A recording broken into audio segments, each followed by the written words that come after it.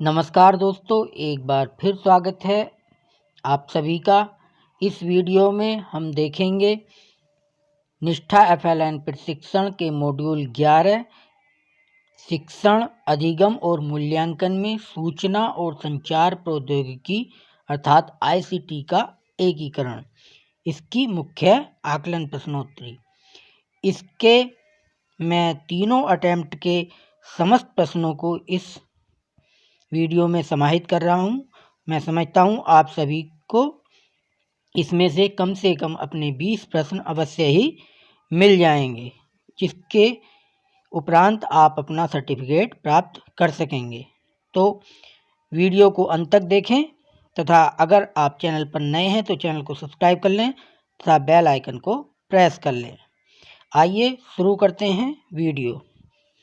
पहला प्रश्न, NEP 2020 वर्ष डैश तक प्राथमिक विद्यालय में सार्वभौमिक बुनियादी साक्षरता और संख्यात्मकता प्राप्त करने की सिफारिश करता है। तो ये 2025 इसका सही उत्तर होगा। अगला प्रश्न, निम्नलिखित में से किस सॉफ्टवेयर में बच्चा स्टेप ड्राइंग के माध्यम से अभिव्यक्त कर सकता है? तो इसका सही उत्तर टक्स पेंट होगा।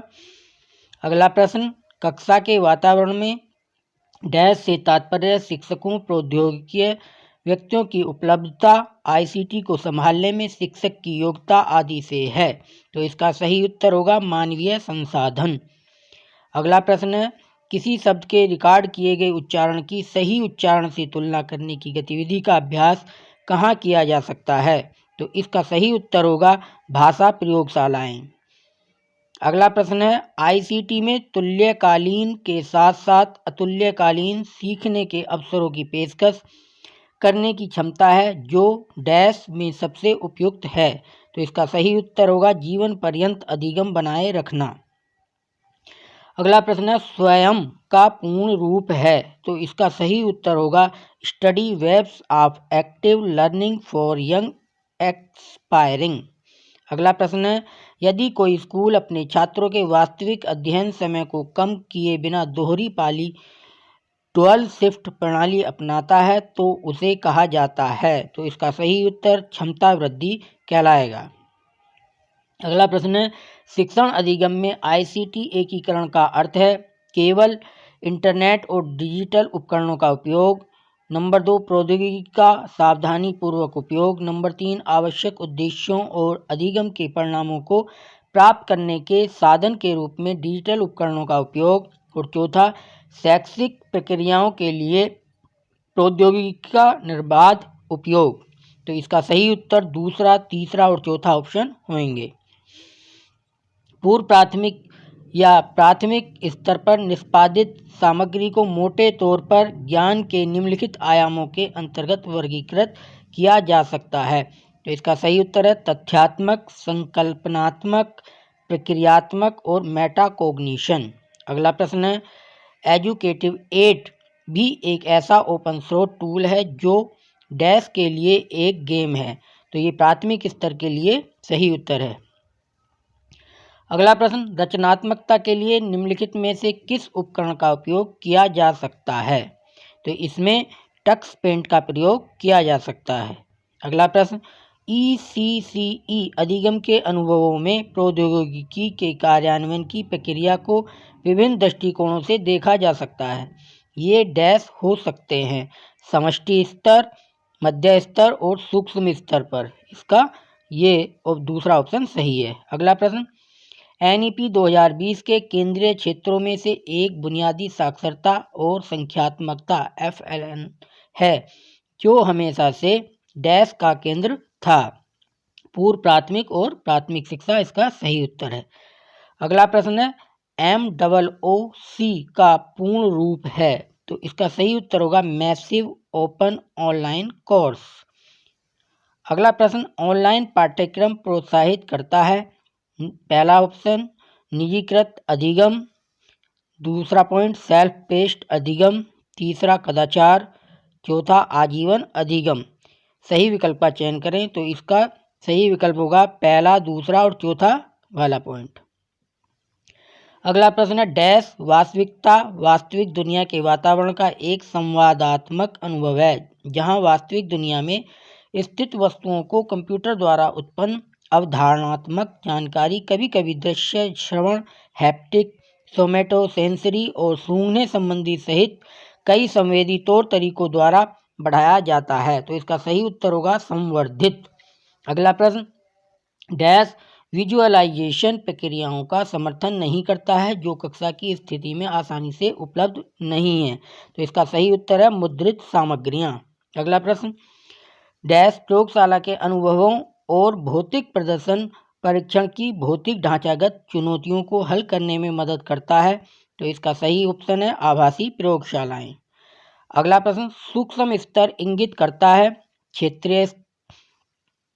तो इसका सही उत्तर होगा वास्तविक कक्षा का वह स्तर जहां शिक्षण अधिगम होता है। अगला प्रश्न, ई पाठशाला द्वारा विकसित एक पोर्टल और ऐप है। तो ये CIET NCERT दोनों के द्वारा विकसित पोर्टल ऐप है। इस तरह से पहले अटेम्प्ट में हमारे 20 स्कोर हुआ आउट ऑफ 20। अगला अटेम्प्ट करते हैं, इसमें से मुख्य मुख्य प्रश्न ले लेते हैं जो पहले अटेम्प्ट में नहीं प्राप्त हुए थे। ऐसे वातावरण का विश्लेषण करता है जिसमें एक ICT सक्षम शिक्षण अधिगम प्रक्रिया संचालित होती है। तो खाली जगह में आएगा यहाँ पे संदर्भ। अगला प्रश्न है, पक्षियों, जानवरों और विभिन्न प्राकृतिक ऑडियो आदि की विभिन्न ध्वनियों को सिखाने के लिए उपयोग किया जाने वाला डैश अधिक उपयुक्त संसाधन है। तो इसमें सही ऑप्शन होगा ऑडियो स्रोत। अगला प्रश्न है, ICT तकनीक, उपकरणों और संसाधनों का एक सेट है जो डैश द्वारा परिभाषित डिजिटल जानकारी का निर्माण, भंडारण और संचारण करता है। तो इसका सही उत्तर होगा यूनेस्को द्वारा। अगला प्रश्न है, बच्चे डैश के संपर्क में आने पर असुरक्षित स्थितियों में आ जाते हैं। तो इसका सही ऑप्शन होगा हानिकारक और शोषक साइट। अगला प्रश्न है, ICET को एकीकृत करते समय विचार किए जाने वाले मापदंड निम्नलिखित हैं।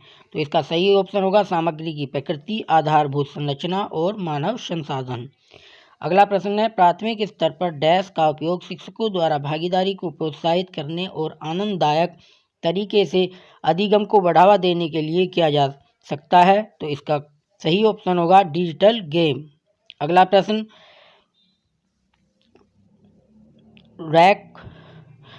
टी पैक का अर्थ है। तो इसका सही ऑप्शन है technology, pedagogy and content knowledge. अगला प्रश्न है, छात्रों को अधिगम गतिविधियों के लिए प्रेरित करना और प्रमाणिक चुनौतीपूर्ण बहुविषयक और बहुसंवेदी बनाना डैश का हिस्सा है। तो इसका सही ऑप्शन है अधिगम की गुणवत्ता वृद्धि। अगला प्रश्न है, निम्नलिखित में से कौन सा सत्य नहीं है? ICT शिक्षण अधिगम को होना चाहिए। तो इसका सही ऑप्शन है सदैव उच्च भुगतान प्राप्तकर्ता बने रहने वाला गलत है। अगला प्रश्न है, निम्नलिखित में से किस मीडिया प्लेटफॉर्म का उपयोग प्रक्रियात्मक ज्ञान आयाम में वृद्धि के लिए नहीं किया जा सकता है? तो इसका सही ऑप्शन है टेक्स्ट या पाठ का। अगला प्रश्न है, उच्च प्राथमिक और प्राथमिक शिक्षा में ICT का अतिरिक्त उपयोग होगा। तो इसका सही ऑप्शन शारीरिक रूप से हानिकारक। ICT व्यक्तियों से लेकर समुदायों तक सभी के लिए उनके आर्थिक और सामाजिक कल्याण में सुधार के अवसर प्रदान करता है और समाज में हाशिए पर स्थित लोगों को मुख्य धारा में लाना डैश का हिस्सा है। तो इसका सही ऑप्शन होगा सामुदायिक संबंधों में उन्नति। अगला प्रश्न है, टेक्स्ट गणित एक है। तो यह है एक गणित सॉफ्टवेयर।